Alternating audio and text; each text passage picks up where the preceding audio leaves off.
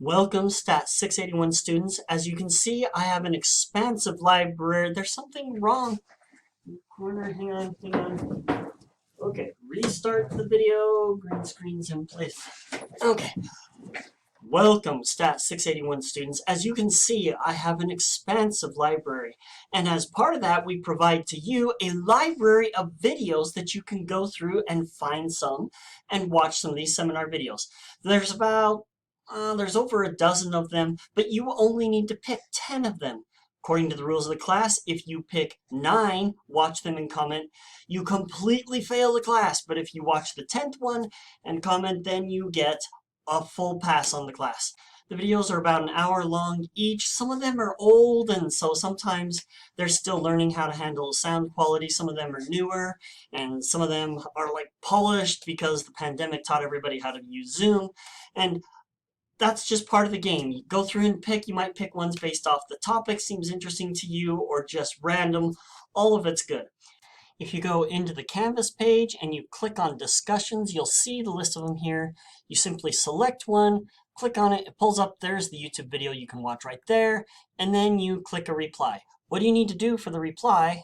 Some students like to take notes while they're watching the video, and they'll just jot down what things they thought of in their notes, maybe what was interesting as they watched it. That's a great idea.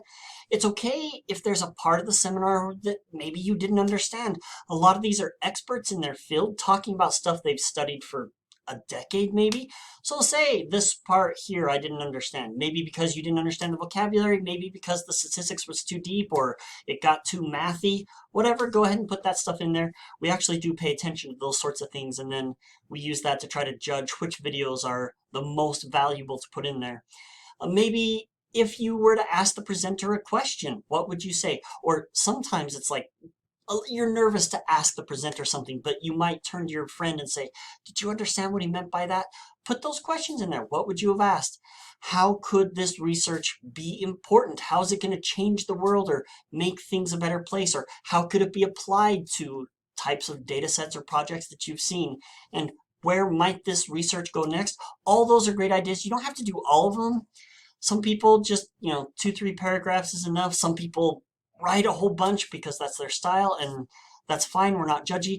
If I determine that your response is so simple that maybe you didn't really watch the video, maybe your response is based off mostly the title and things other people said in their posts, then I'll just say, hey, look, you got to put more depth in, and I'll give your post a 0 so that you know that you have to go back in and either write more or, watch the video for. But I do respond to every one of your posts because I hate when you always wonder, does the teacher really see this?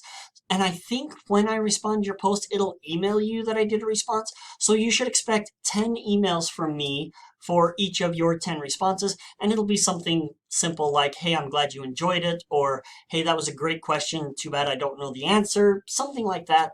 You'll also probably get an email at the beginning of the semester saying, hey, it's time to go. One in the middle saying you should be halfway, and probably one at the end saying it's too late. And let me emphasize this. If you're watching videos, don't plan on watching them all back to back. I've tried it, okay? Your brain just doesn't work that way.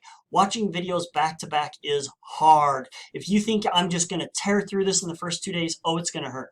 Or if you leave it for the last 2 days, you have done something unpleasant to yourself because watching these a lot is hard.